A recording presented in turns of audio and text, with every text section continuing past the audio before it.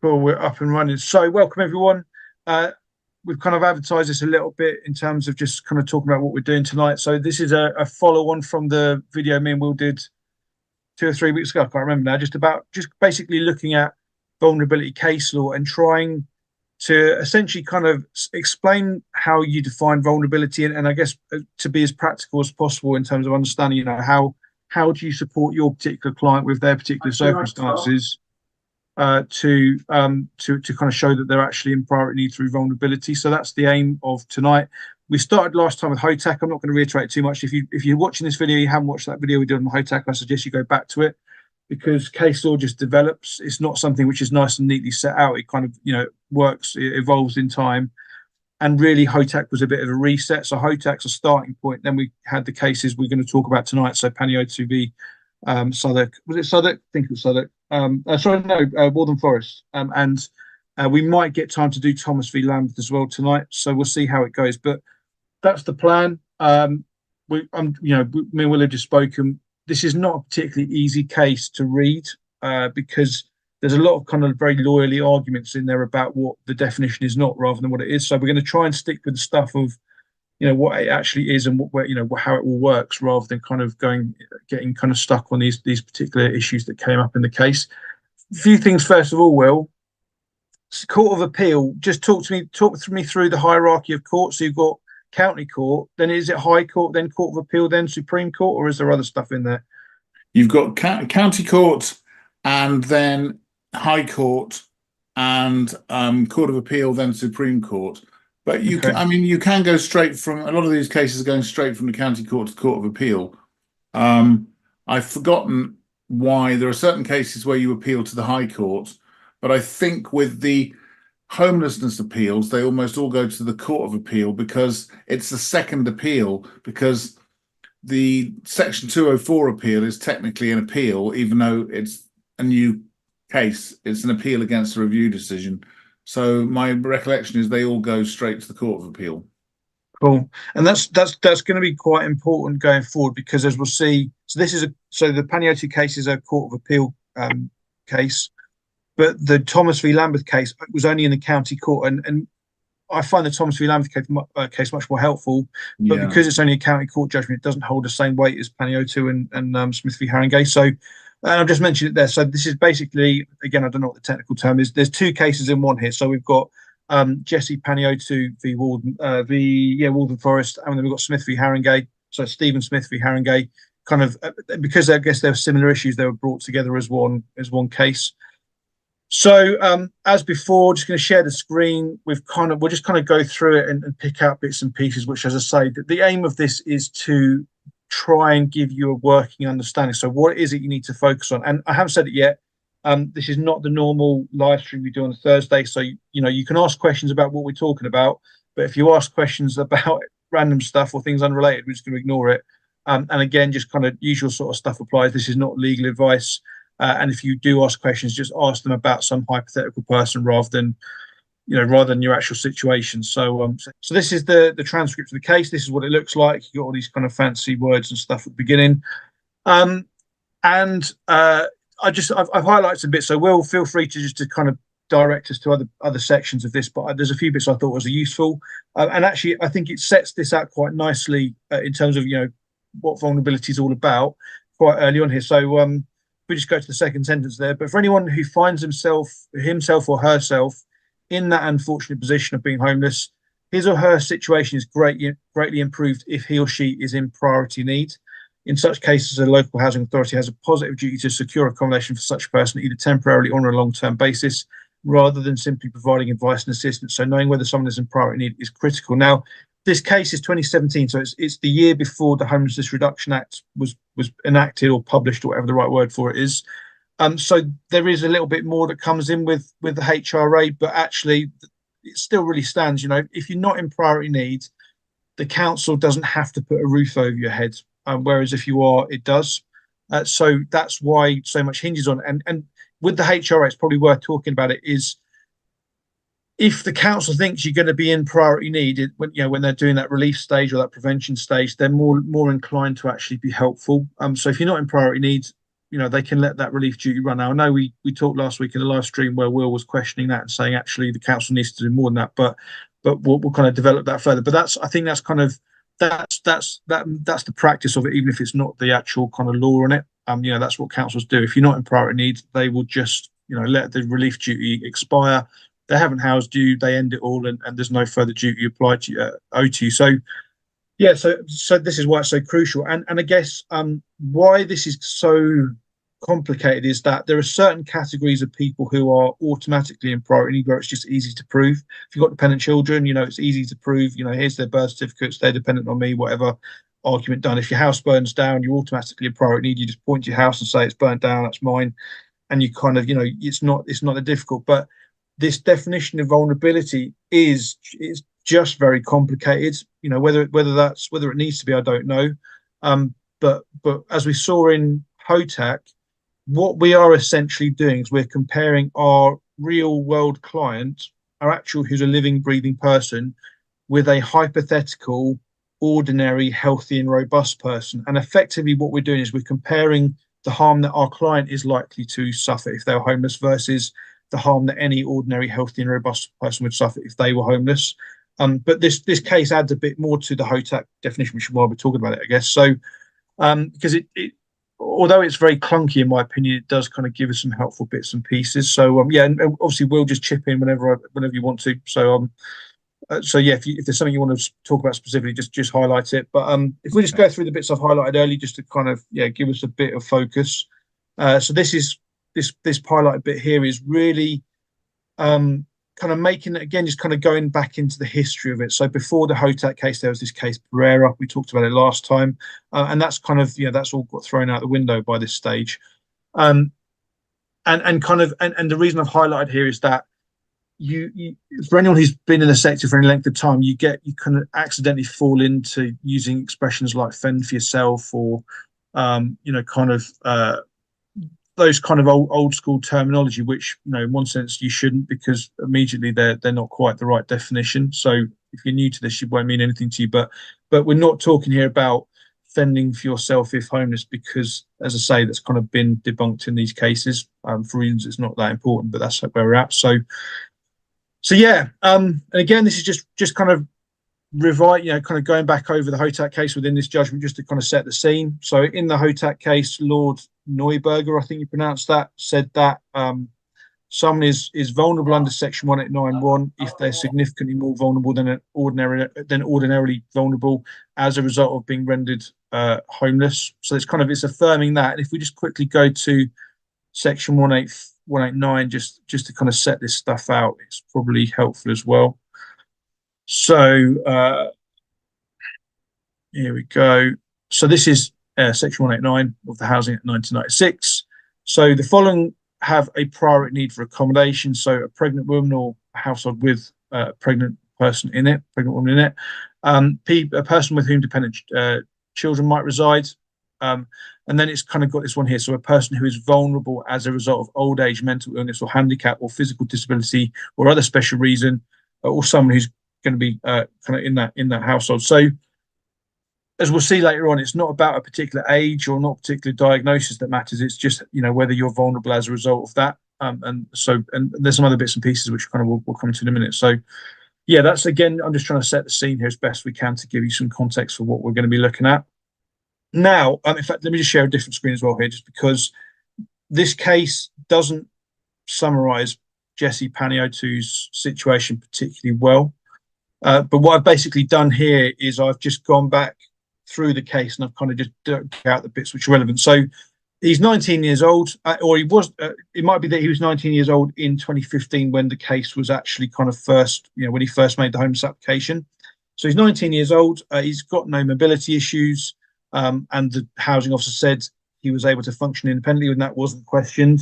What appears to also have been kind of common ground is that he got no family, and that he lived in fear of gangs and of his father. So we had a kind of what appears to be an abusive relationship between him and his father. He's got no money, regular work or family to help him. He was not receiving treatment for his depression and anxiety, and he could read, write and access services. So those kind of that bio there is taken from the documents that we see in the case. And then I think later on in the kind of as the case developed, he basically obtained a job with Topshop for 8 hours a week. He attended college on a full-time basis. He suffered from health issues, including depression, for which he was said to be taking fluoxetine, 20 milligrams, which I think is the introductory dose, if I remember correctly.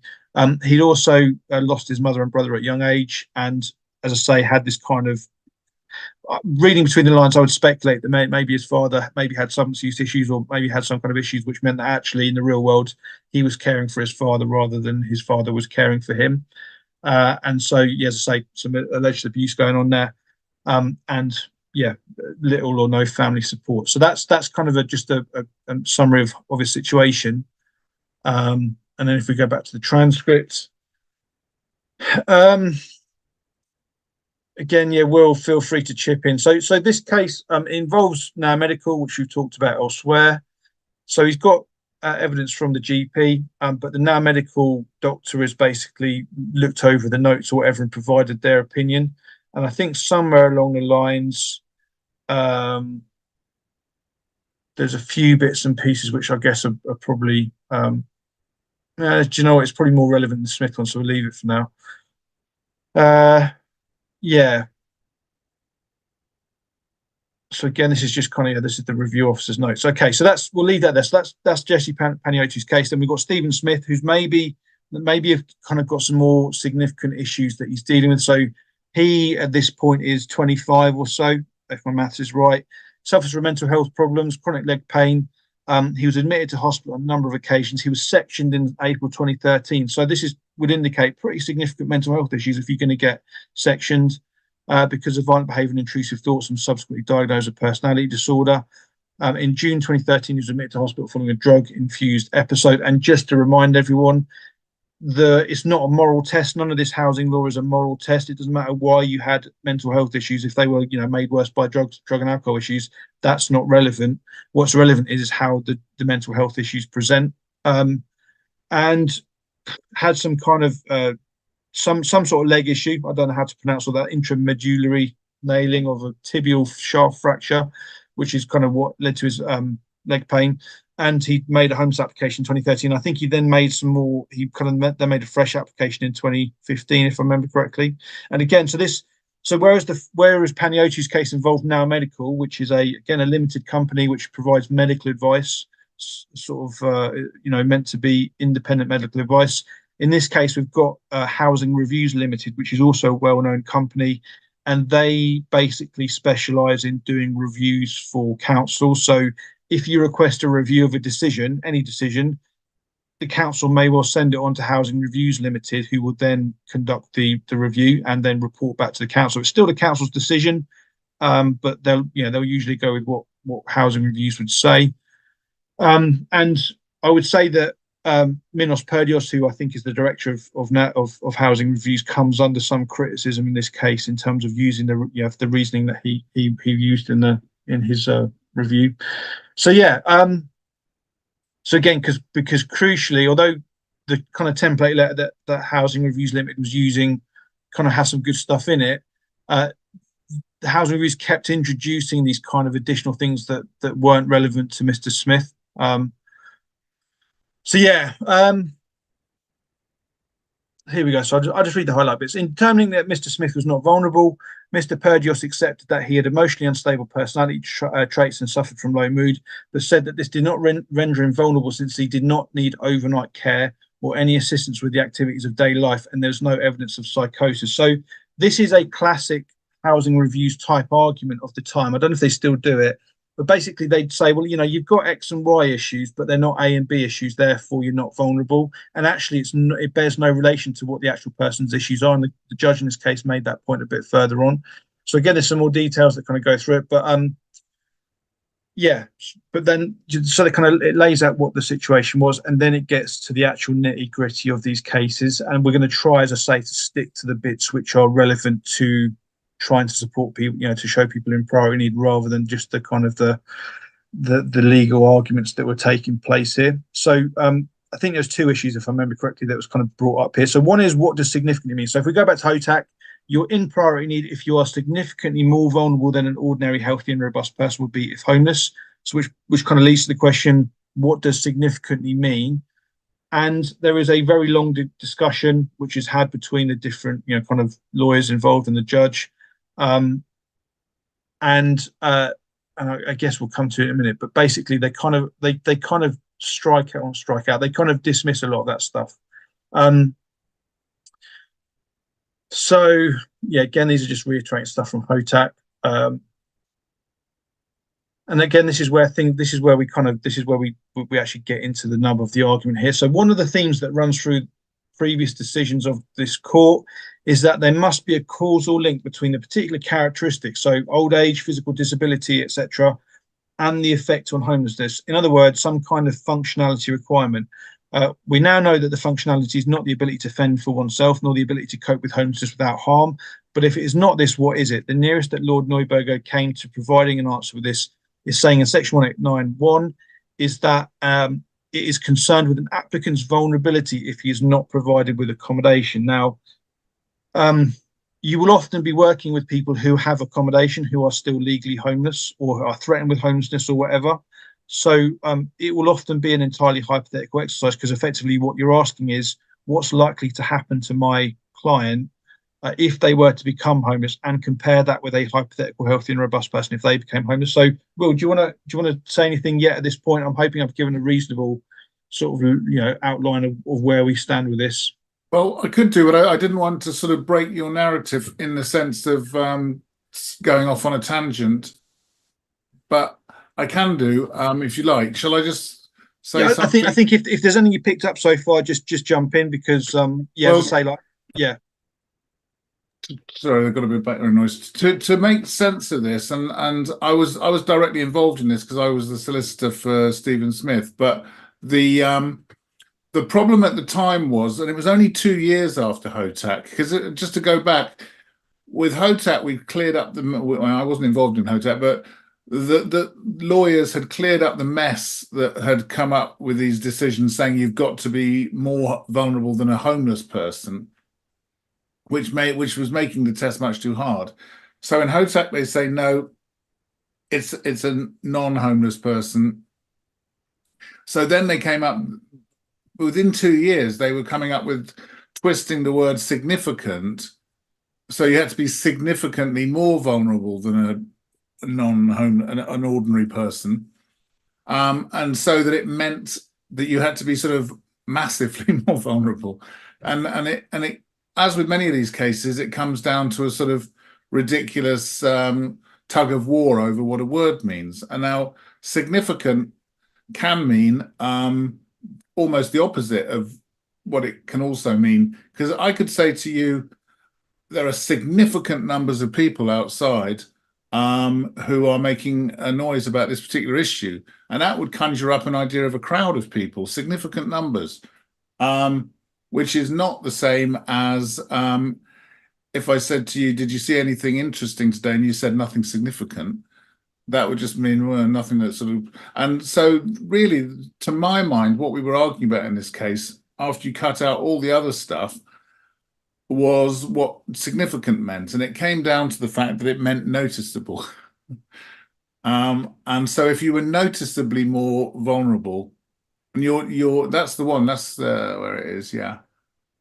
And that sort of put that to bed, that they stopped trying to twist it. What they have done since then is tried to make this thing about ability to, they've continued with this functional thing that although it's a sort of, again, it's a lot of it's semantics, because you say able to cope with the effects of homelessness start sounding a bit functional, like you could find your own place, you could do this, you could do that, but it also means less likely to suffer harm.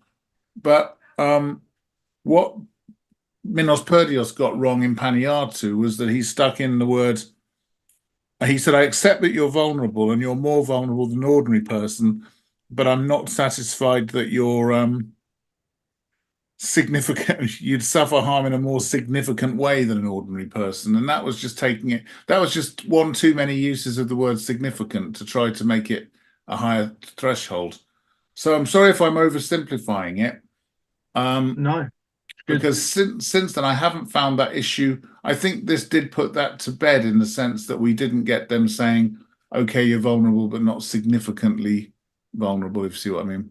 So I can't remember where it's somewhere, but essentially the judge says that, as soon as Minos Podios had identified that, that he was significantly more vulnerable than an ordinary health, he should have just stopped there and kind of, rather than adding this additional kind of layer onto it. So, Yeah. so essentially, and I think that kind of focusing on that word notable, because there's a big discussion within this case where they were kind of saying, you can't kind of gloss over words, you can't kind of add meaning that's not there. So you're supposed to use these words in kind of everyday sense.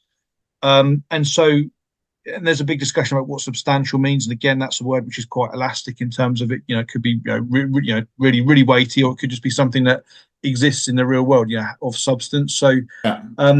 So I think where you're, and we're probably introducing a few other cases here, like Geest, where specifically, to go back over the basics, you're comparing your client with someone who doesn't have these issues. So an ordinary, healthy, and robust person, and I use those words because they come in these cases, doesn't have, emotionally unstable personality traits, doesn't have significant leg pain, all the things that Smith had, the things that Paniotu had, and I guess, I would say, I was maybe a little bit deflated in this case, because I think if you got to know Jesse Paniotu better, he's had a couple of bereavements early in childhood. He's got an abusive dad. I would have thought that actually there would be stuff there that if there'd been, if the kind of, it'd been ability to kind of get to know him a bit better. But I feel like, it was kind of just, it was kind of almost ignored. It felt like, they could, you experienced some problems in childhood, and they kind of didn't go any further than that. And I say, maybe even in the last 5 years, the understanding of trauma and the focus on trauma within the homelessness sector, in the voluntary sector at least, is kind of maybe given a bit more weight to that sort of experience. Because I would say, you could certainly go on those strands and look at the effects of that trauma on him, and you'd probably find more stuff. If you were to go to a psychiatrist or a psychologist or something that was involved, you might be able to get a bit more stuff out of it. Again, I'm kind of thinking of the event we did a couple of years ago, looking at trauma and priority need, because we're specifically looking at this situation. But yeah, so I think I felt a bit sorry for Paniotu, because, to fast forward ahead slightly, if I remember correctly, so the judgment essentially was that they had to kind of make the decision on Smith again, because they got it wrong. But on Paniotu, they denied the. I'm going to check that I've got that right, but they denied his appeal, and they basically said, he's not in priority need. So Paniotu's appeal was dismissed, but Mr. Smith's appeal was allowed, and kind of, for another decision, basically.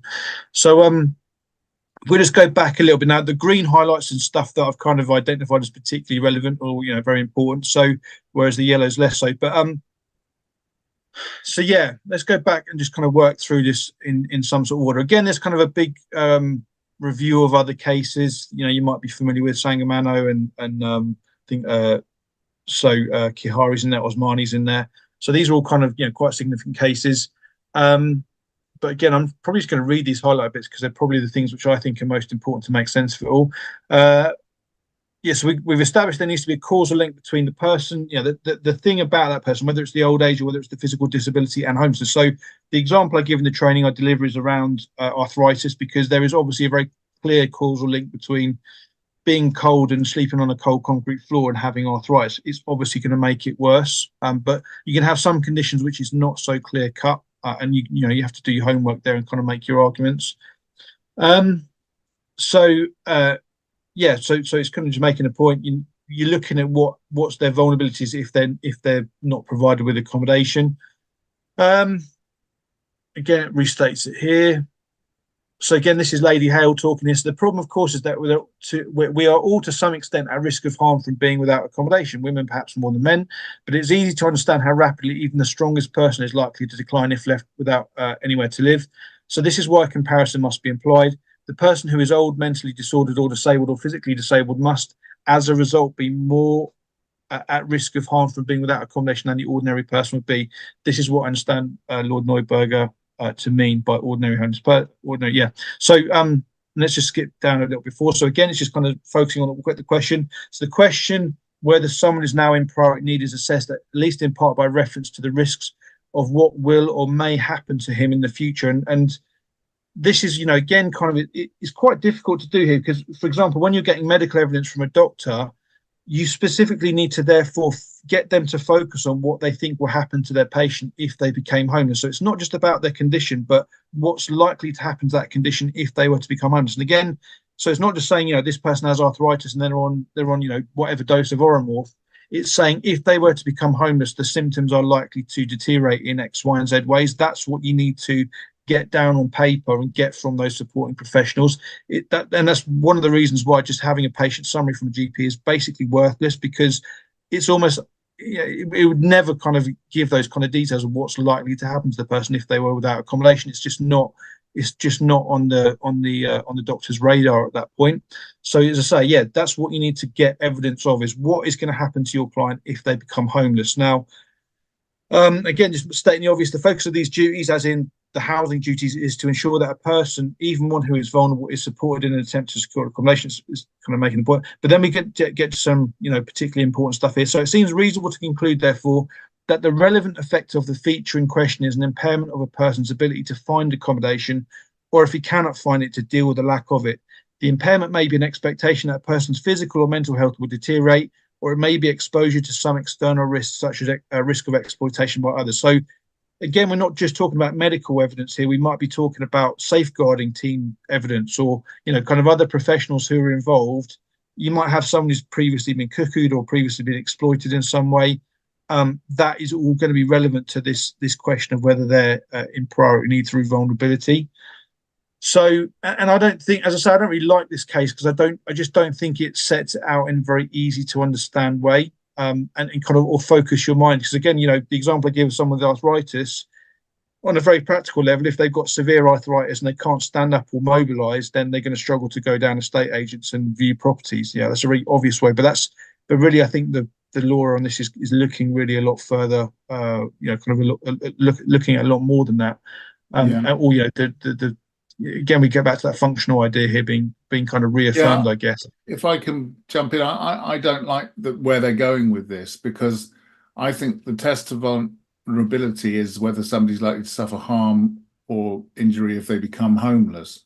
It isn't about their ability to find accommodation, because they're two separate things. And the danger, and a lot of local authorities have taken the bait on this and come up with things saying, well, you may be likely to suffer harm, but you can take steps to find accommodation, so we don't think you're vulnerable. But fortunately, it hasn't gone all that far. I'm not sure of many cases using it. And I think, as you say, there's some of this cases unfortunate, because I think there's a lot of, I think the judges are to some extent a bit bored in it, and they're going off on little hypotheticals and things. And I don't think there's any need to discuss what this functionality test, because vulnerability was never about functionality. It was about suffering harm and being vulnerable. But as I say, I don't find myself going back to Paniard for any sort of educate, and it's not a very informative case in terms of looking at other cases from now. It's just what it did that was really useful was got rid of this trend towards using significant as a word which it didn't really mean. I mean, there is obscuring the meaning of significant. I would say that it does get slightly better in terms of being more practical. So, and again, I'll just kind of go in the highlight a bit. So is the person susceptible to significant harm? A demonstrated liability to a real or serious risk of significant harm from homelessness thus renders a person vulnerable. So in one sense, that's kind of giving the definition in a nutshell. It still leads to lots of other questions, but so really, is there something about your client which stands out from an ordinary, healthy and robust person, which is likely to get worse? Now, bearing in mind, most things get worse if you're homeless, whether it's mental health issues or physical health issues in a lot of cases. So if there's something which exists, pre-existing condition of some sort, which is going to be made worse by homelessness, then you're already kind of looking at that. But if we go a bit further down, there's an even more helpful bit. And again, this just makes the point. In the case of a person who falls within the category of old age, the focus is not on his or her chronological age, but on the effect of the old age on his or her ability to deal with being homeless. So again, it's bringing in that functional bit again, but it's just kind of making the point. There's no sort of cut-off point or starting point for being in priority through age. and again, it's just highlighting the fact, you when you consider this, it's taking into account the support that is available and likely to remain available if you're homeless.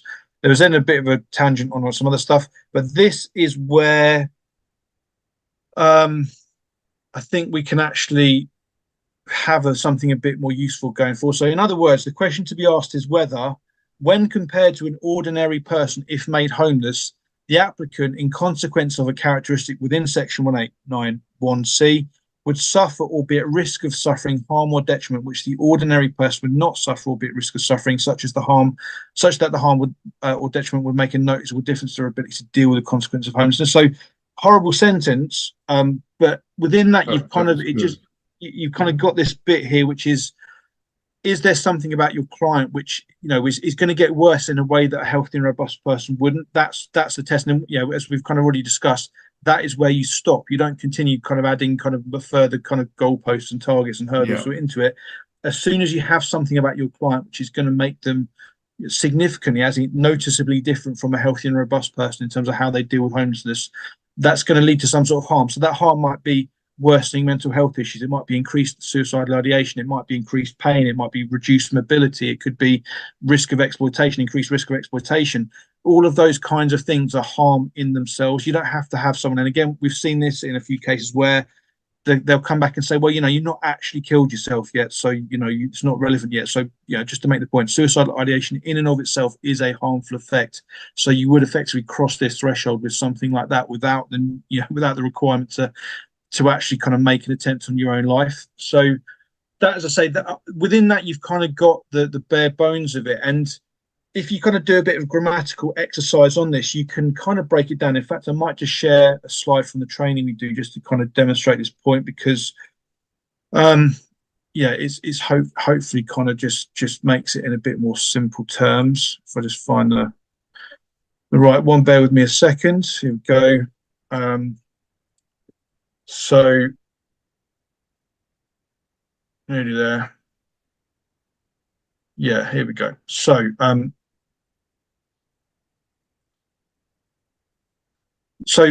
What harm? So you've got three questions to kind of logically answer this kind of this green highlight bit. So you need to, first of all, what harm would your client suffer if they were homeless? That's the first thing. Number two, would an ordinary, healthy, and robust person suffer this harm? Well, if the harm you've identified is arthritis and it's worsening pain and worsening mobility, then that would be the question one. Question two would be, would a healthy and robust person suffer that harm? Well, no, they wouldn't. They might have a few aches and pains in the morning, but it's just not the same thing. And three, would this harm make a noticeable difference to their ability to deal with homelessness? So, yeah, and again, you need to look at that kind of I guess, a very broad sense, but that's kind of that's a little bit of a linguistic exercise on this extract of the case. So you kind of in the ballpark of having a self-contained argument there for the person being in priority need. So yeah. Now, other than that, I'm not sure that there's a tremendous amount that's what else to add to that. I mean, I'll go through the highlight bits because I highlight them for a reason. That might be interesting here. So again, now this is just, again, it's all kind of lawyerly stuff. Really, it's not really helping us out. But it's, again, ignore that. So, okay, it's a bit more green. So it may very well be the case that you are more vulnerable than ordinarily vulnerable, but I'm not as satisfied that you are significantly more vulnerable. This is what Will just said about, this is where housing reviews went wrong. They kind of accepted that they're more vulnerable than ordinarily vulnerable, but they kind of then added this additional strand to it, which was seen to be unlawful. So, and it kind of just makes the point. So, I'm not going to read it all out, but you can see it yourself on the screen there.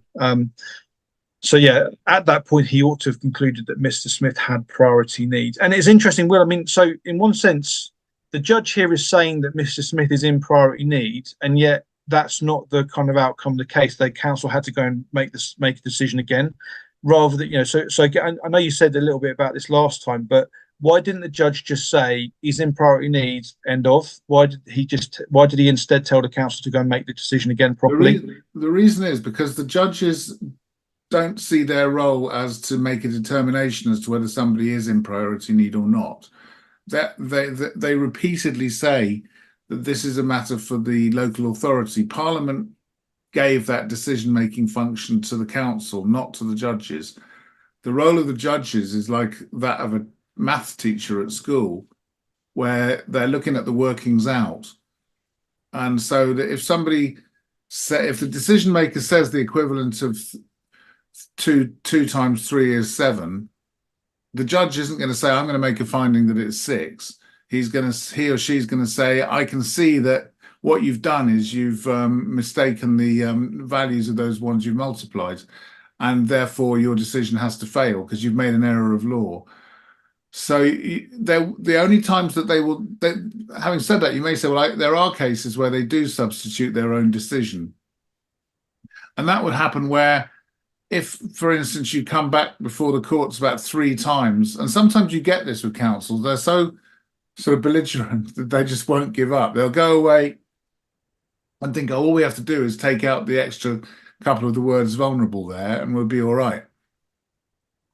And if for the sake of argument, they lost 3 times, the judge may say, look, I'm confident that I can send it back and you're not going to get it right. So I'm just going to substitute it. But it has to show us a breakdown in the decision-making functions. I was going to ask, what would happen in this case if the council made a new decision for Mr. Smith and they said, yeah, you're not in priority need still, and I guess that would kind of be a bit of a scary kind of notion for me, that you go through all this trouble to win the argument, so to speak, but then the council still, they still kind of change the goalpost somewhere else, as you say, and they kind of, make a bad decision again. But I guess I hear what you're saying. It makes sense. Why judges don't do that? A local authority could always get away with making a decision that they're not in priority need again, as long as they sort of say it differently. But the problem you get in reality with these cases is that the people involved, as in these two, really by any sort of sensible implementation of the definition of vulnerability, these two are vulnerable. And it's only through a sort of what you might call sort of contortions of language and thinking that they come up with an argument to say they're not.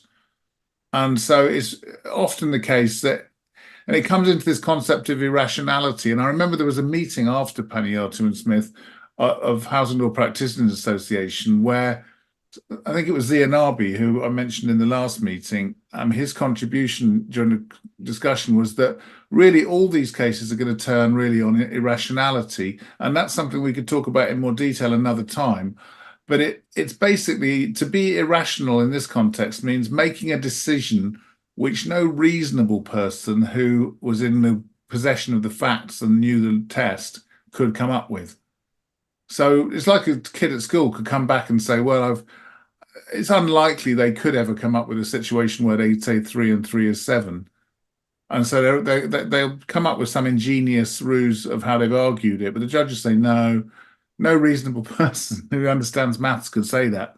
And that's usually what happens in these cases, because it's not as if it's just somebody who isn't vulnerable who's getting away with being found not to be vulnerable. But can I ask you a question, just to see if you agree with me, that in your slide there, you mentioned there was a slight bit of the importation of the functionality test, which I'm sort of taking up the role of being against today. What do you see as the difference between being able to cope with the effects of homelessness and suffering harm as a result of homelessness? Are they different things, or are they really the same thing? So the way the way I'd read all that, and I'll bring it up again just so we can see what we're talking about here. So the reason I kind of, I'm literally going off those cases. So I'm kind of just trying to expand on and kind of unpick those cases that we're talking about. So Hotak and Paniatou, which I call Smith, but so in one sense, I would almost see it like, in the Hotak case, they kind of said, we're done away with this term "fend for yourself." That's not it. But the reason they said they're doing away with that is because technically, you're taking into account the support that you'd be able to get from other people. So fending for yourself is not really the test, because in Mr. Hotak's case, as an example, he wasn't able to fend for himself, but because he had his brother involved, he was not vulnerable. Yeah. If you see what I mean. So I do. So I almost thought like they kind of removed that particular phrase, and that it was no longer okay to use that phrase, and if you did, you kind of lose the argument.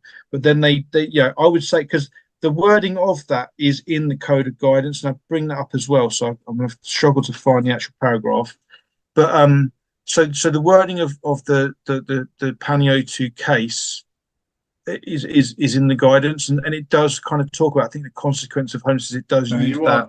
you're right to quote it, because I think this is one of the things that's unfortunate about Hotak, because I don't think they should have brought in the fact that he had support from his brother. Was it Hotak himself or one of the other ones? But No, it's Hotak and Kanu. Yeah, I mean, and yeah, Lady Hale makes the point. It's really depressing that it's been looked at like that, because it gives a perverse incentive for the brother just to abandon him. yeah, and it doesn't, in the statutory definition, doesn't say homeless, but not with your brother or somebody who's supporting you while you're homeless. It envisages somebody on their own on a park bench, um, being street homeless, doesn't it, really? But Yeah, then so you're this right. Yeah, because this is kind of why this is why I cover it in the slides. So 8.16, it's a matter of evaluative judgment whether the applicant's circumstances make them vulnerable. When determining whether an applicant in any of the categories set out in paragraph 8.14 is vulnerable. So if we just quickly scan up, that's all your additional bits in the Homelessness Act 2002. The Housing Authority should determine whether, if homeless, the applicant would be significantly more vulnerable than an ordinary person would be if they became homeless. The assessment must be a qualitative, composite one, taking into account all the relevant facts and circumstances, and involves a consideration of the impact of homelessness on the applicant when compared to an ordinary person if made homeless. The Housing Authority should consider whether the applicant would suffer or be at risk of suffering harm or detriment which the ordinary person would not be at risk of suffering, such that the harm or detriment will make a noticeable difference to their ability to deal with the consequence of homelessness. That's why I've included it within that. no, I agree. I find that it's an unhelpful extra bit on the end, isn't it? Because I think yeah, it should be that if you're at risk of suffering harm or detriment, which an ordinary person wouldn't suffer from, you're vulnerable. I mean, yeah. it sort of goes without saying that suffering that harm makes it more difficult to deal with being homeless, but deal So with, if we go yeah, back up just to, because there's almost like it's asking two particular questions. I'll try and find a bit. So here it is. So you've got, it's almost, it breaks it down into two parts. So the relevant question is an impairment of a person's ability to A, find accommodation, or yeah, B, if he cannot find it, to deal with the lack of it. And I think that's where the consequence of homelessness, that kind of concept, comes in. And in real terms, again, the way I would understand it is that the whole point of this test is that if you are able to sort yourself out, if you're homeless, you're not in priority need. The council don't need to step in and intervene in your life. But my understanding, the whole purpose of this law is so that if anyone is at risk of remaining homeless, if they were to become homeless for any length of time, so more than a few days, really, to kind of pick themselves up or go and work with their support network to find accommodation, then the council should be stepping in to avoid yeah, that risk of that person getting entrenched in that situation. So that, as I say, that was my understanding of what Parliament was trying to achieve here, yeah, was to yeah, not have to step in every situation, but kind of just step into the ones they need to step into it. And that's why I say pretty much anyone approaching a homeless support service is going to be in priority need, because if they weren't vulnerable, if they were able to kind of find accommodation themselves, they wouldn't be coming to a day centre to get their help. that's So that's, true. again, that's why I'm saying it, I think. The other thing that's annoying about this test is that if a person has an unimpaired ability to find accommodation, not only are they not in priority need, arguably they're not homeless because they found accommodation. Yeah, yeah, So I found that to be unhelpful, because I just think, and it is a hypothetical exercise, because hopefully the person hasn't yet become homeless, and maybe that's why they introduced this. But I myself, I'm sort of questioning it now talking to you, but I've always stuck to the idea that it's just about suffering demonstrable harm, noticeable harm. Well, I think it kind of is, because if you think about it, if you or I are helping someone out, by definition, they've not been able to find accommodation. That's why they're talking to us. Yeah, And so you're then in this second kind of arm of this sentence. So if you, to deal with the lack of it, which, so, and again, it's deal with the lack of it in the sense that they're not going to get worse. There's not a pre-existing susceptibility to harm that they have, that a healthy and robust person wouldn't have, that's going to get worse. yeah, So I think, yeah, it's annoying that it's annoying that they didn't try harder to make this kind of more clear cut, because the kind of complexity of it means that lots of people who are vulnerable kind of, they're kind of forgotten about. Just incidentally, just on Martin in the comments there just kind of made the point. It doesn't surprise me, just because we talked about someone's house burning down before as being kind of automatic priority need. So one council has decided to interpret the priority need as only those who are council tenants, with PRS tenants told to contact their landlord and not helped by a council officer. Just to make the point, that's that council's acting unlawfully. There's no kind of differentiation between private tenants or kind of council tenants in that situation. This is what you're up against. I mean, that's Yeah, why the courts are dealing with sort of almost sort of something out of a comedy sketch, because you think, are they really suggesting that the meaning of the word child is, not limited to somebody under 18, that if you have a parent, you're a child. So, yeah. I don't know, those sorts of arguments. I mean, the good news is that the Thomas v. Lambeth case, which, I mean, have you got another half an hour or so Oh to yeah, talk about yeah, that yeah, one no today? problem.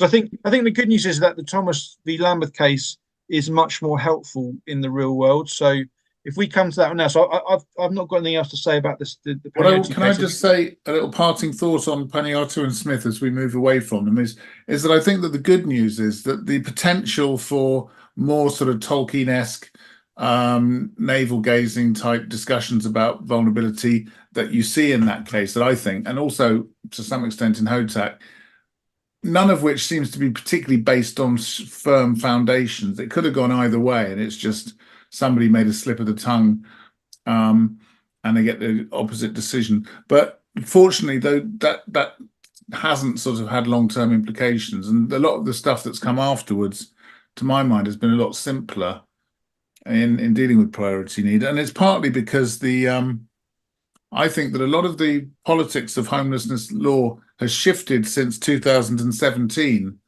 or since 2010. It's been shifting as local authorities discharge into the private sector, and it's no longer a gatekeeping exercise to stop people getting the limited housing from social housing, which is what they had to give before. The tools of priority need and intentional homelessness have not been as important. So most of the litigation now is about suitability. It's not so much about intentionality and priority need. So, And when you get an argument about priority need, it tends to be a simpler one.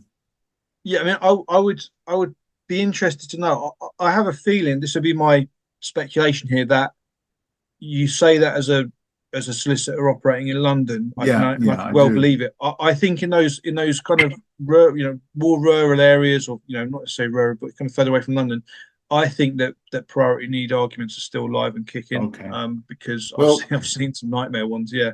but hopefully in a sort of more, because I found that dealing with Hotak and Paniotto and Smith, even though I was involved in, I remember going to a conference with the barristers on Smith, and I just thought, I cannot understand what they are talking about.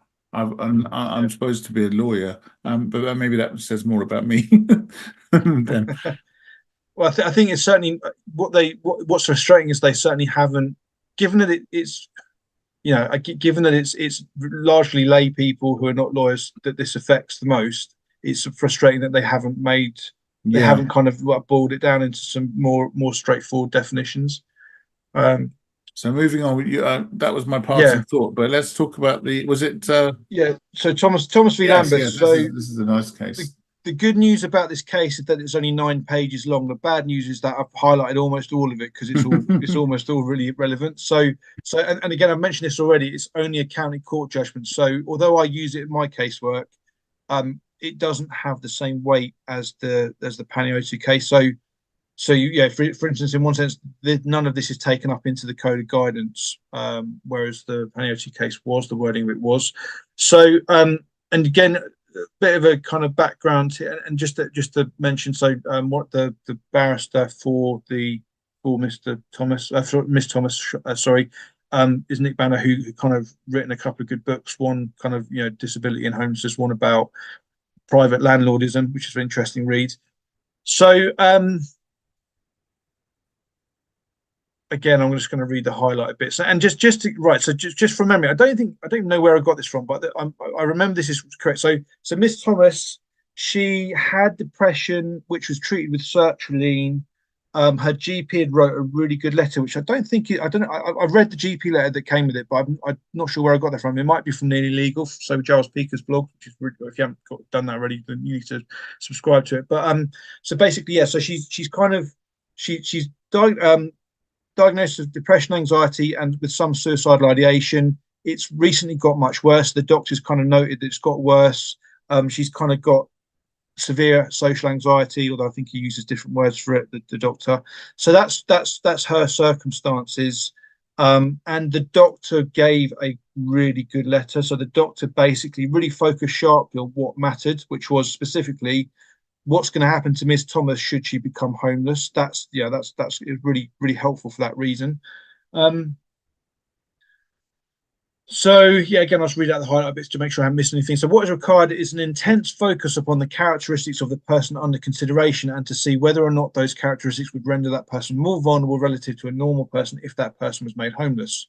Normal in this context means a person without a particular characteristic which makes the comparison relevant. So we are comparing Miss Thomas with her diagnosis of anxiety, depression, suicidal ideation, and some sort of agoraphobia, I think, with someone who doesn't have any of those issues. So, Joe Bloggs, basically none of those issues.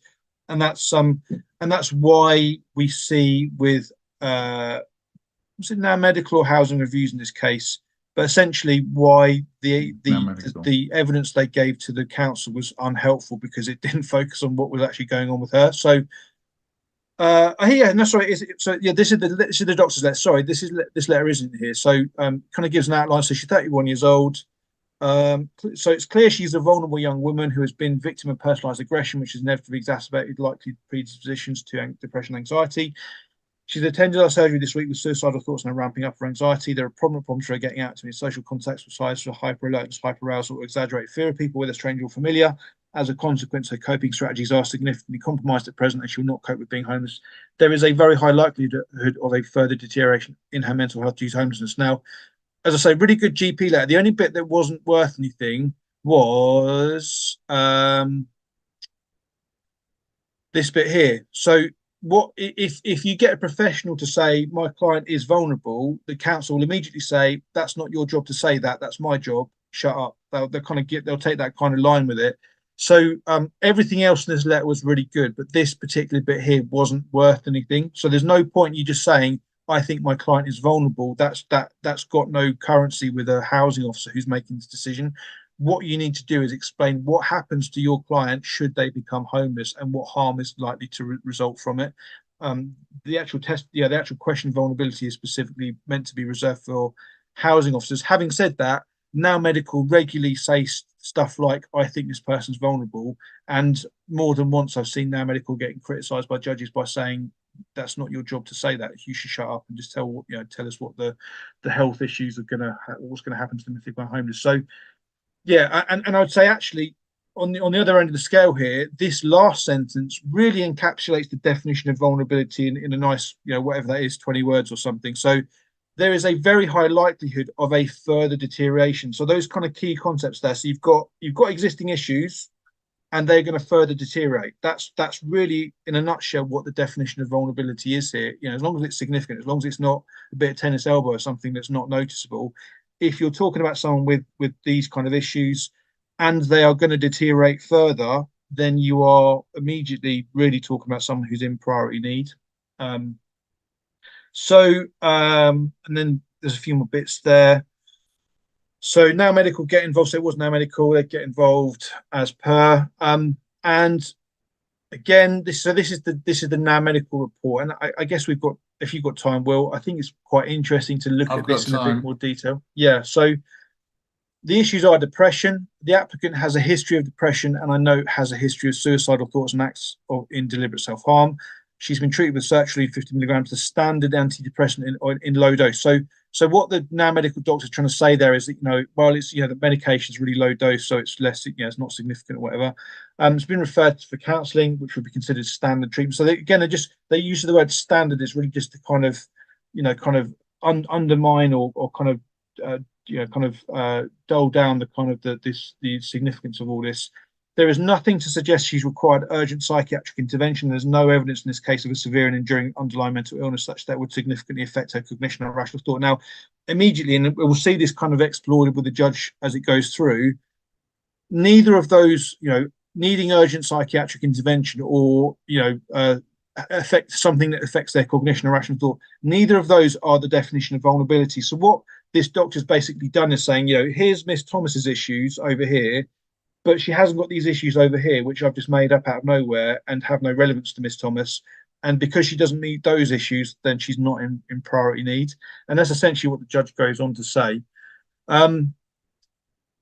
So yeah, again, whilst I note that she's had suicidal thoughts, there is no evidence of significant concerns regarding intent in this case. And again, so that's not the question. It's kind of what's actually going on with her rather than what's not going on with her.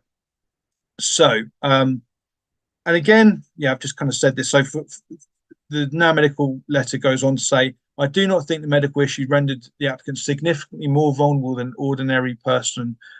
So that's specifically not for the doctor to say that. And I think now medical doctors probably know it's not for them to say that. I think they do understand what the law is. So they know that they shouldn't be saying that. It's probably what I'd guess from that.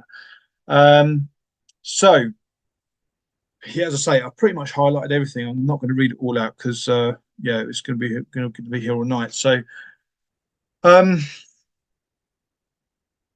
yeah. Right, so this is the judge talking. I've got two immediate comments on that report, which apply equally to the other now medical reports relied on in this case. The first is that the conclusion expressed in those reports about the applicant not being significantly more vulnerable than an ordinary person is not something which is within the reference point for the expert. It is a matter for the decision makers to reach their own conclusion based on the evidence. So now medical is supposed to be providing expert opinion about the particular medical issues that are going on here, specifically what's going to happen to them if Miss Thomas was to become homeless. The second point is that it's unhelpful for these reports to identify problems that the appellant is not alleged to be suffering from. Here, a condition requiring urgent psychiatric intervention and/or condition which would significantly impair her capacity, and then reach a conclusion based on the absence of those factors. So I think it then goes on to reiterate those 2 points. But if you can kind of bear in mind those 2 points, that's kind of the real kind of important bits of this case. But there are some interesting other bits to draw out. So there is a sliding scale as to the ways in which potential depression might impact a person. Obviously, at one end of the scale of circumstances where a person will be significantly impaired in terms of their cognition or rational thought or have psychotic episodes. But just because somebody is not at the most serious end of the scale does not mean they may not be vulnerable as a result of how their particular condition impacts on them in particular circumstances. So numerous times I've heard housing officers say, oh, you've only got depression, you can't be in priority need with just depression. This paragraph here would contradict that very firmly. The judge here is saying that depression is obviously a very wide-ranging phenomenon, but just because you're not at the most serious end of depression does not mean you're not vulnerable. It's all about how your particular circumstances are affected here. And crucially, it's kind of funny, but it's not, because I'm sure Miss Thomas wasn't having a good time with all this, but none of the reports from Now Medical address the particularity of the appellant's circumstances. So again, I'm not going to read it all out. I've kind of said it already. But they haven't actually applied themselves to what Mrs. Thomas's situation actually was. They've just talked about something else. And it is unfortunate, and I think made the job of the reviewing officer much more difficult, that the review officer was not given the benefit of a medical opinion which actually addressed the particular circumstances and particular consequences to the applicant of her condition. Appellant, sorry. It might have helped had someone.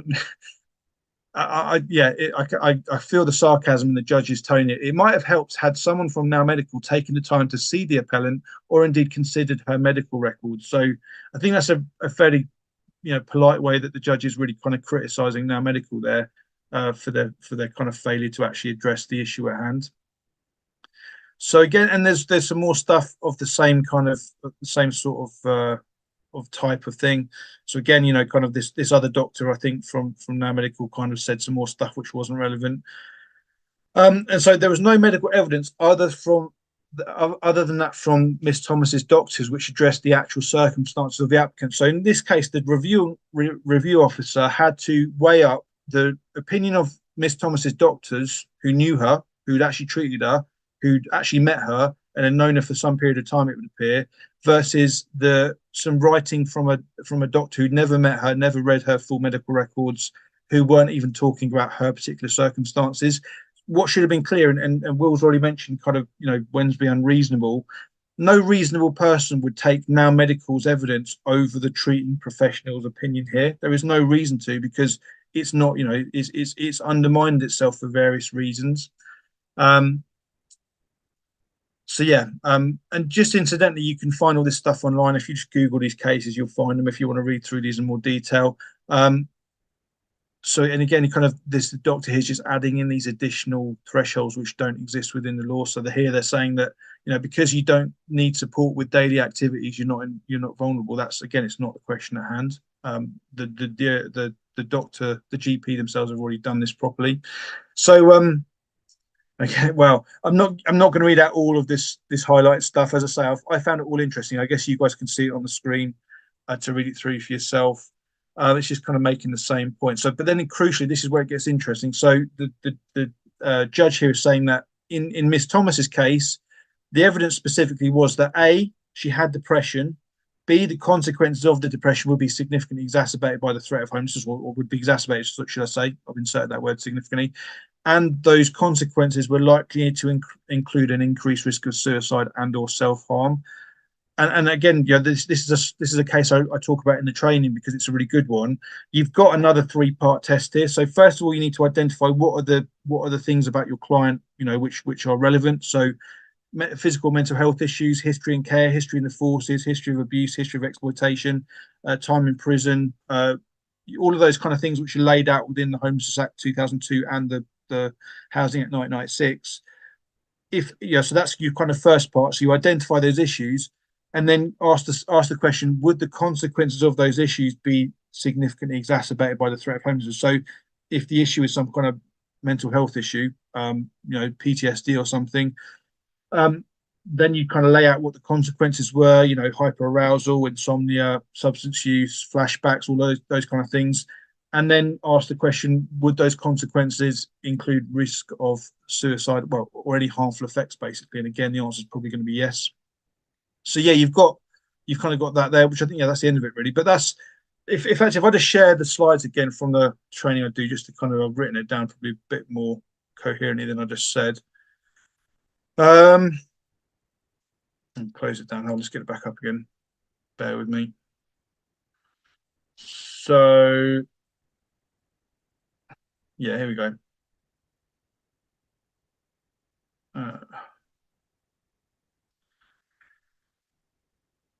Cool. So yeah. So again, I call this the Thomas test, but you've got these 3 questions here. So first of all, what are their identified existing issues? Would the consequence of those issues be made worse by homelessness or by the threat of homelessness? Whichever, it doesn't matter. And would those consequences include some harm? Often the answer is going to be yes, and therefore you're going to have someone who's in prior need. When I do when I kind of do my casework, this is how I lay out my argument. What are their identified existing issues? How are they going to get worse if they're made homeless, and what harm's that going to result in? That is going to be a pretty good, you're probably going to be 90% of the way there with making the argument in that way. So I might throw that test to the other one, because I think that hits the nail on the head. Yeah, and it keeps it nice and simple, as does the judge. I mean, the judgment there is what the bit you read was great. Would you mind just going back to the judgment for a minute, just to look at the quote from Now Medical? I just wanted to make a point about that. Yeah, tell me where they say about psychotic intervention where they say all the things she doesn't have. So they do it a few times. But let's go back up here. That's it. Because the couple of points I'd make about this: number one, they didn't stop doing it after this.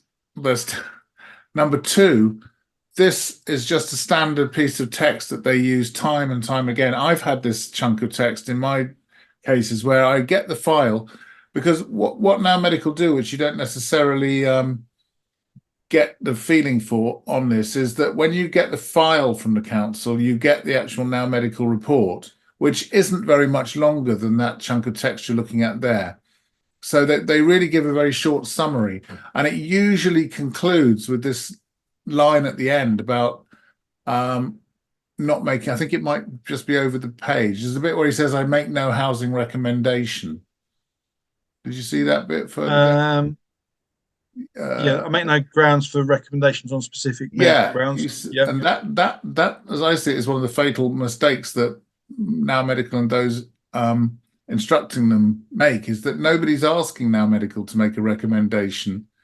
They're there to give medical advice. And what the reviewing officers do, and a lot of decision making, a lot of challenges are exercises in the decision maker trying to adopt the decision of Now Medical and make it look as if it's their own decision when they're really just copying and pasting that. But if you go back up the page a bit where they've talked about the condition, where they said, look, it starts off with the issues are depression. So that's it. That should be the end of the discussion of the medical, because that is a recognized serious medical condition. The next question should be, what harm would you suffer from it? And then you look at what he had, the qualifications they add. I mean, I know I'm sort of expanding on what you've already said, made perfectly clear, but it's just ridiculous that depression isn't recognized by them, but what is some sort of condition which means that you have psychiatric, you need urgent psychiatric intervention. So that involves some sort of psychotic breakdown, some sort of mental breakdown, and also a complete lack of cognition and rational thought.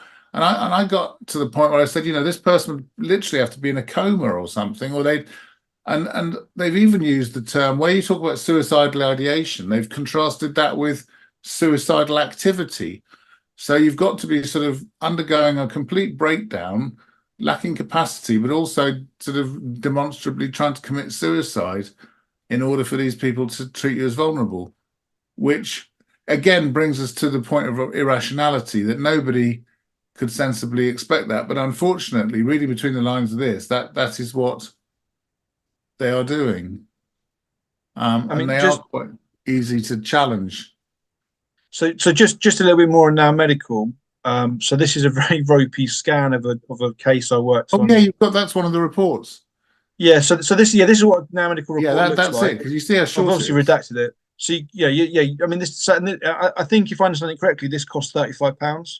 So you imagine how much time a doctor spends writing a letter that's they're getting 35 quid for. But I just want to draw your attention to this last bit, the small print, which basically says, Doctor, whatever his name was in this case, has not reviewed the applicant's medical records and has not carried out an examination of the applicant. So it just makes the point that, if you actually look at what information they'd had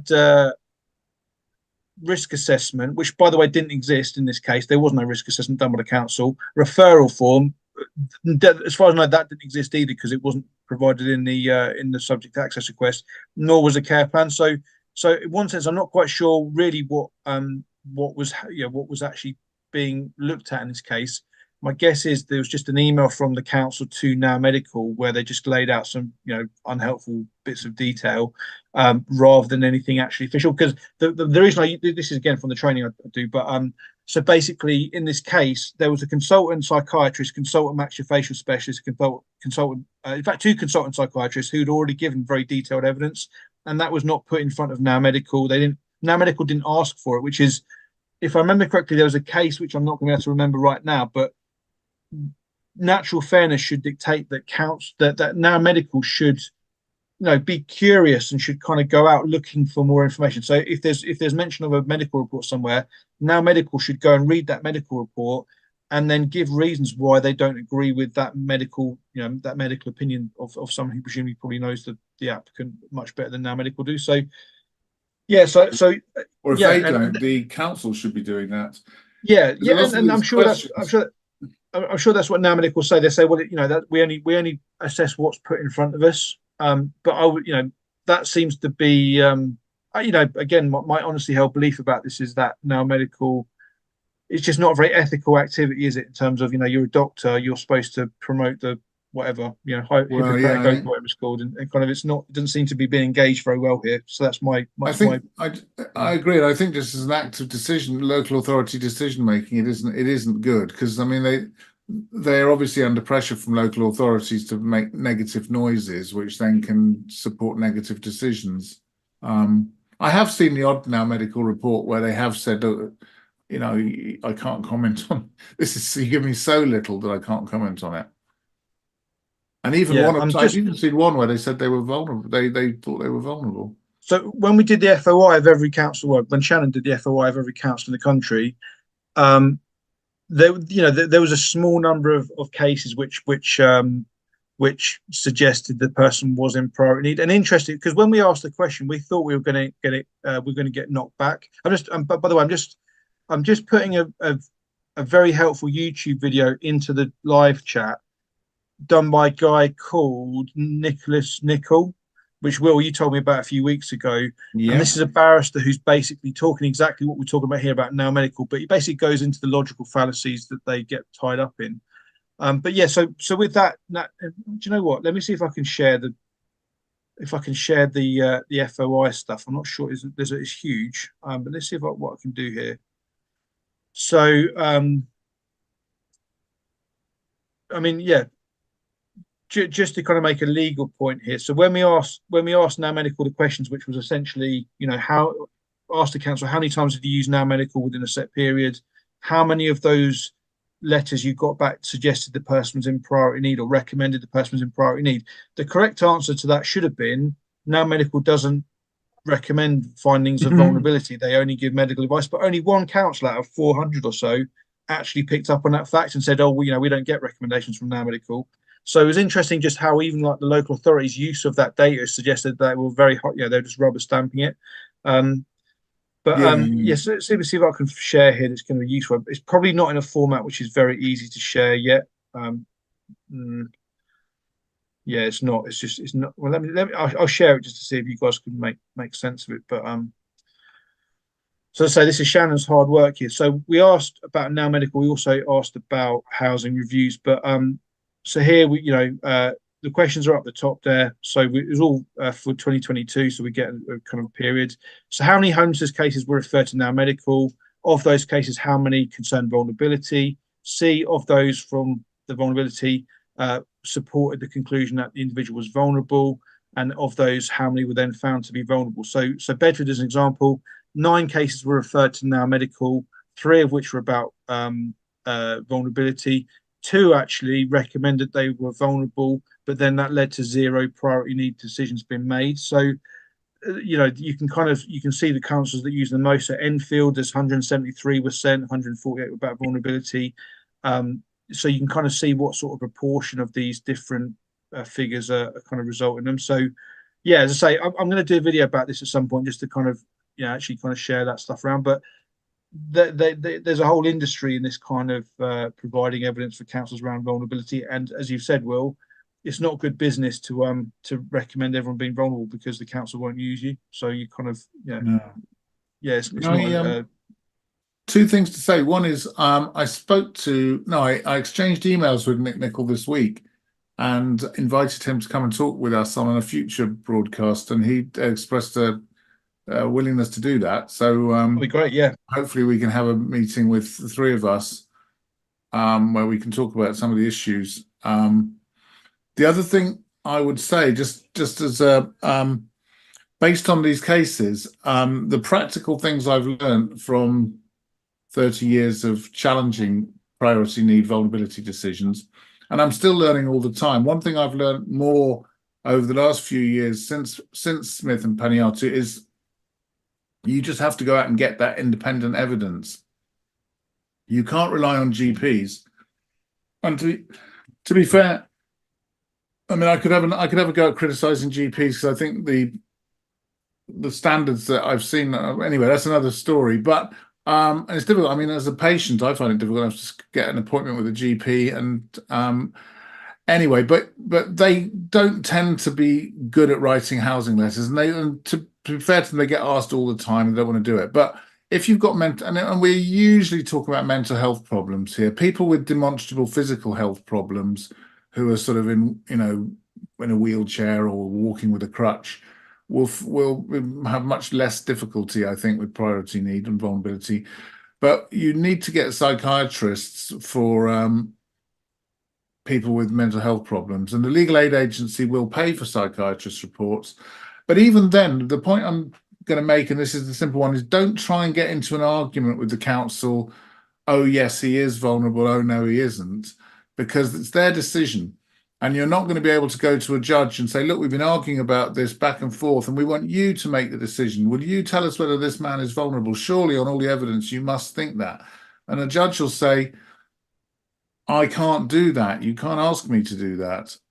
It's not for me. If you can't ask me to substitute my decision for that of the judge, if for the council, if you did, I might well, I'm not even going to tell you what I would do, but that's a different question.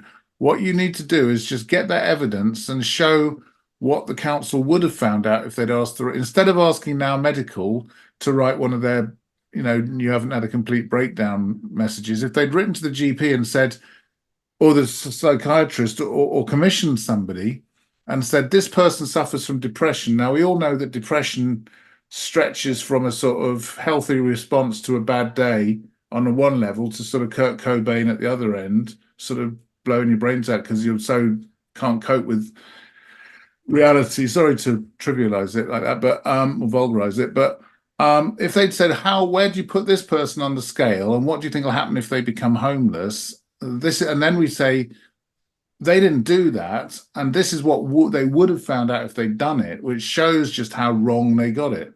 And it's not about them reaching the wrong decision. It's just that they put themselves in a way that they could never have reached the right decision.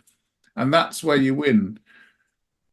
Well, I was saying that kind of issue that there are some organisations out there that are really well positioned. So when I worked for the Drug and Alcohol Agency, and so I was, supporting people with predominantly with kind of opiate substitute treatments, like methadone and buprenorphine. But we had amazing medics on site who knew the clients really well, and so I had some great, really great outcomes because I was able to accompany that person to the doctor's appointment because they'd have regular appointments and just get exactly the information I needed to get. And so you've got those kind of agencies where they've got that connection with easy kind of, good competent medical professionals who know the client well enough to give that information.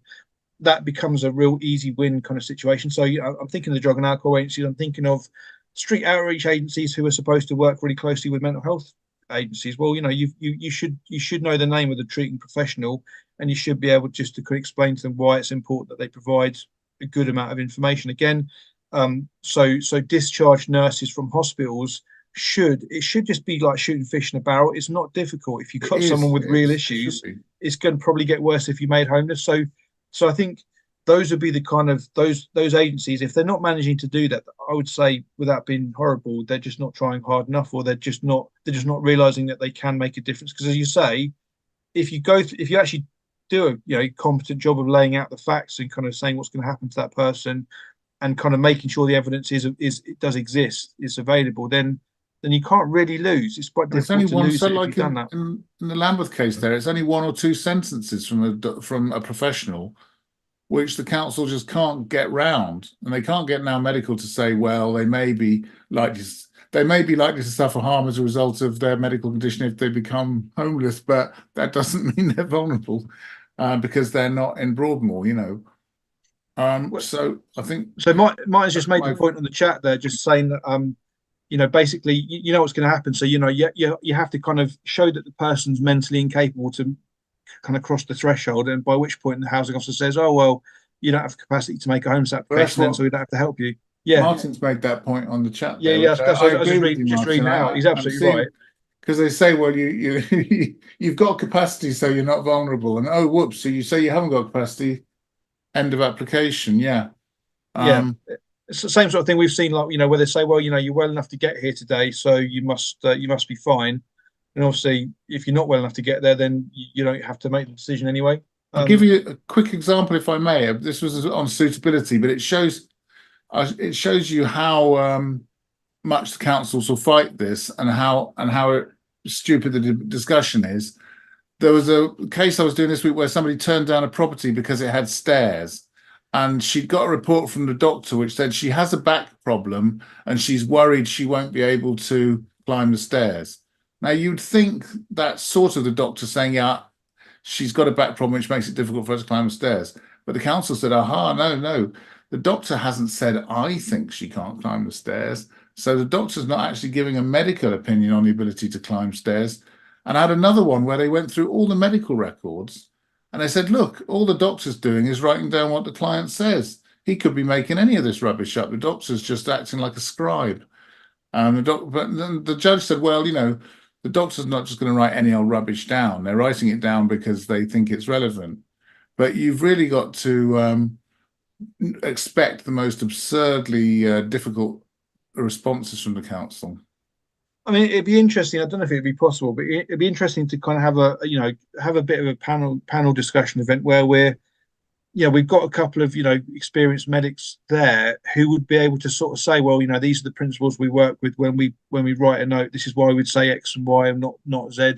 So I think I just wonder if there's a number of kind of questions that would be good to answer if we got quite a few heads together. So you mentioned kind of Nickel being interested in doing an event. I think because something that I'm aware of, and it's slightly off piece, but it's kind of relevant, is that I think I want to do an event on trauma as a disability. So disability is an impairment which has a substantial impact on your day-to-day function. The reason I'm interested in doing that is because the charity sector doesn't, they're kind of talking in these terms there. They recognize trauma as being real and all that sort of stuff.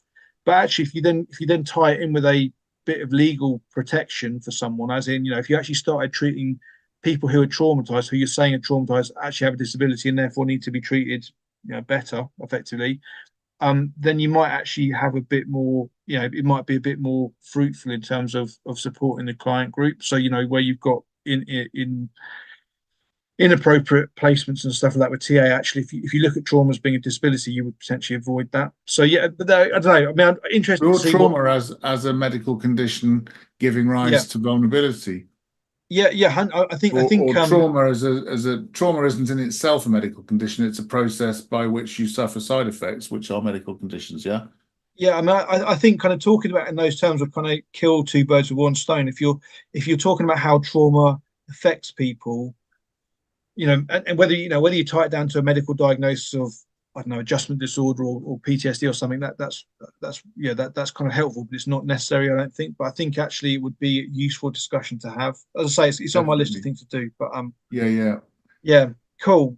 I think I've said everything I want to say about these cases. As predicted, we haven't kind of got as far as Geest yet, but seems like there's probably a handful of like smaller cases which would be useful to do in a part 3. Geest being one of them.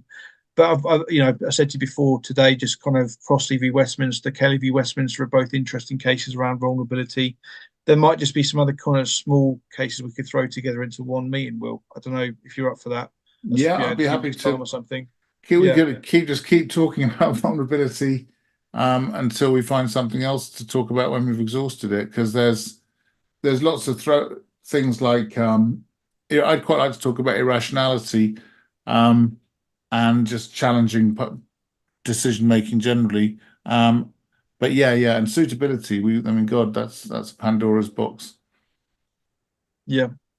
Okay. Well, so let's keep going. Yeah, thanks again for your time, Will. So, just for those out there, so Will is working on some videos for his channel, and we're going to do some live streams on his channel at some point soon. So we'll let you know what's going on that. But if you're not subscribed to it already, I think, Will, do you want to put a link in the chat? But so is it Will? Is it Will Flack Law, or is it just Will Flack? I think it's the William Flack Law channel. Hang on, I haven't posted on there for a while. William, William Flack Law channel. So if you guys want to subscribe to that, there's going to be some videos coming up in the near future, and it might well be we do some live streams on suitability and that sort of thing. We haven't done affordability yet either. There's some interesting cases on that, but just to kind of, as I say, go into a bit more detail and as hopefully a way to help people get their heads around it, because it's as we've said already, it would be nice if it was just clear cut, and it's just not, unfortunately. But particularly that Thomas case, I think kind of it does make it digestible. And it does. That's a really good. If you want to understand the law on homelessness, that is sort on priority need and vulnerability. That is a really good place to start, rather than like we did. You might end up giving up if you try to get your head around HOTAC and penny or two. Yeah, it's worth saying, because we've gone through the evolution of it. In one sense, you can kind of sort of jump to the end of it, really. Because each case is already accepting what happened before them in the series of cases we're talking about. So yes, it's probably a helpful way to look at it. So something like Geest, as we'll see, is actually it's pretty darn helpful. as is Thomas. So yeah, cool. Thanks, Will. Okay. Yeah, are you here this Thursday, Will, for the live I stream? should be, yeah. Cool. Well, I'll see you then. Okay. And yeah, be in touch about some other stuff. Nice one. Okay. Bye. Thanks everyone for